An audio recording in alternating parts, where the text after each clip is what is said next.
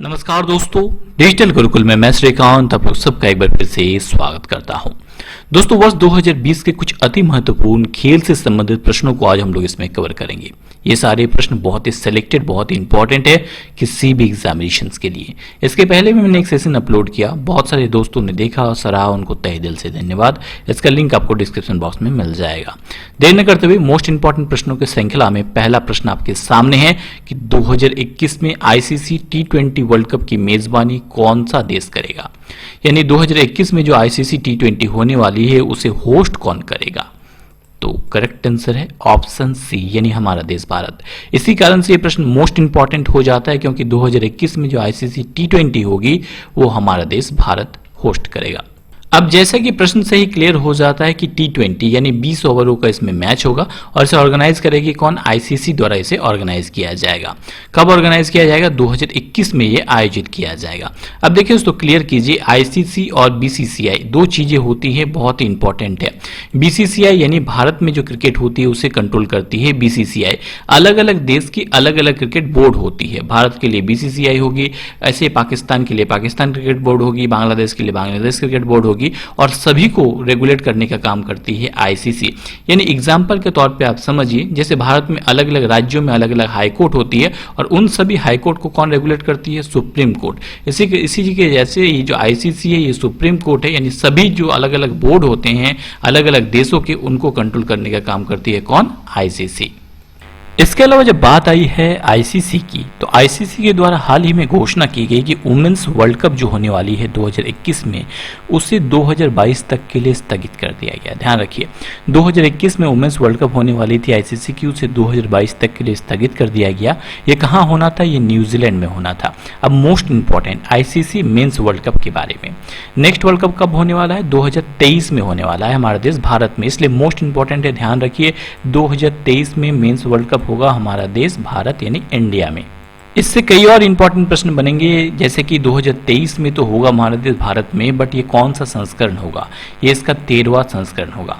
सबसे पहले world cup कब खेला गया था? 1975 में खेला गया था। सबसे पहले वर्ल्ड कप इंग्लैंड में आयोजित किया गया था, जीत दर्ज की थी वेस्ट इंडीज में। ये प्रश्न ऐसा प्रश्न है कि बहुत बार एग्जाम में पूछ लिया गया कि सबसे पहला वर्ल्ड कप कब खेला गया था और जीत किसने दर्ज की।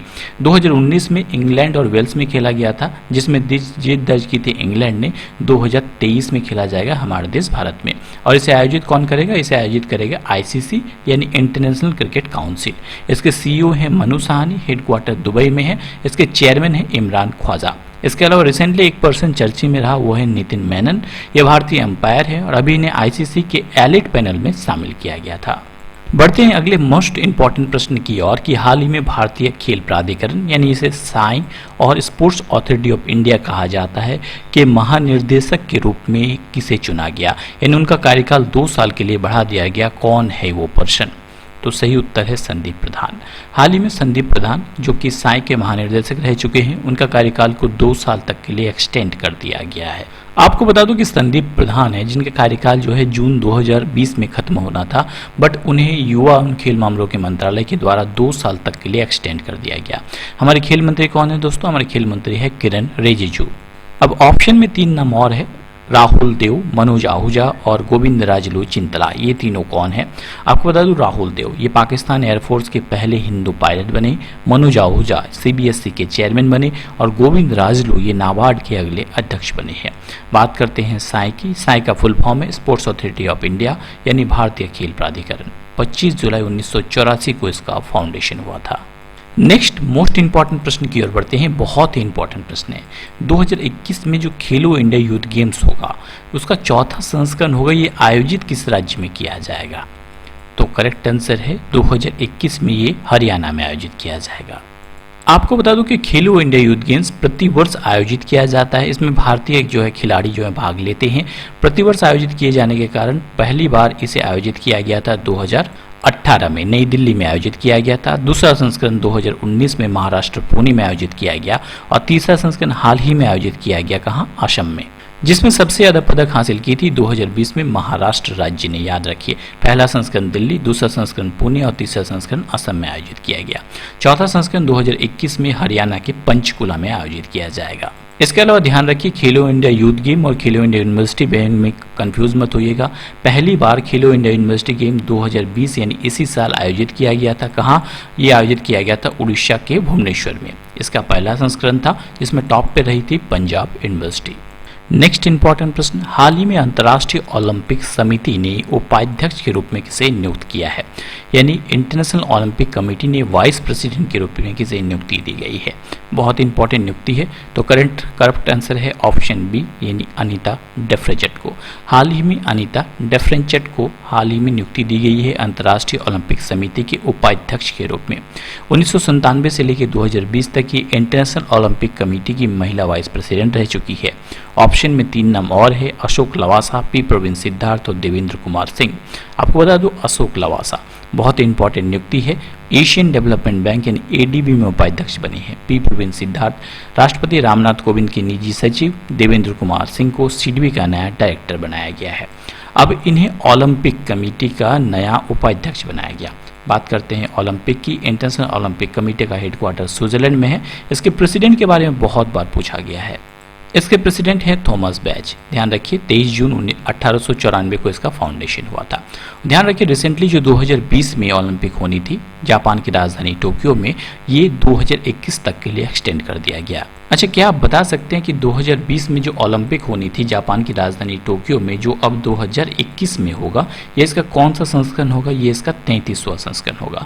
2016 में ब्राजील में आयोजित किया गया। 2020 में जो कि अब 2021 में आयोजित होगा जापान की राजधानी टोक्यो में। 2024 में ये फ्रांस में आयोजित किया जाएगा। इसके अलावा इसका ऑफिशियल मस्कट है मेराइतोवा और शोमाइती। ध्यान रखिए। नेक्स्ट इंपॉर्टेंट प्रश्न, बहुत चर्चे में रही आईपीएल के बारे में। हाल ही में आईपीएल 2020 का आयोजन किस देश में किया जाएगा, इसकी घोषणा की गई। क्या आप बता सकते हैं कि आईपीएल 2020 किस देश में आयोजित किया जाएगा? पहले ये भारत में आयोजित होना था, बट कोरोना वायरस के कारण इसे यूएई में आयोजित किया जाएगा। यूएई अर्थात आईसीसी का जो हेडक्वार्टर है वो भी यूएई में है। आईपीएल 2020 आयोजित किया जाएगा यूएई में। अब इससे कई और प्रश्न बनते हैं। ये इसका कौन सा सीजन यानी संस्करण होगा? ये इसका 13वां संस्करण होगा, जो कि 19 सितंबर से शुरुआत होगी। यूएई के दुबई में खेला जाएगा। इसका फाइनल मुकाबला जो है 8 नवंबर को होने वाली है। आईपीएल की बात हो रही है तो आईपीएल के चेयरमैन कौन है? ब्रजेश पटेल है।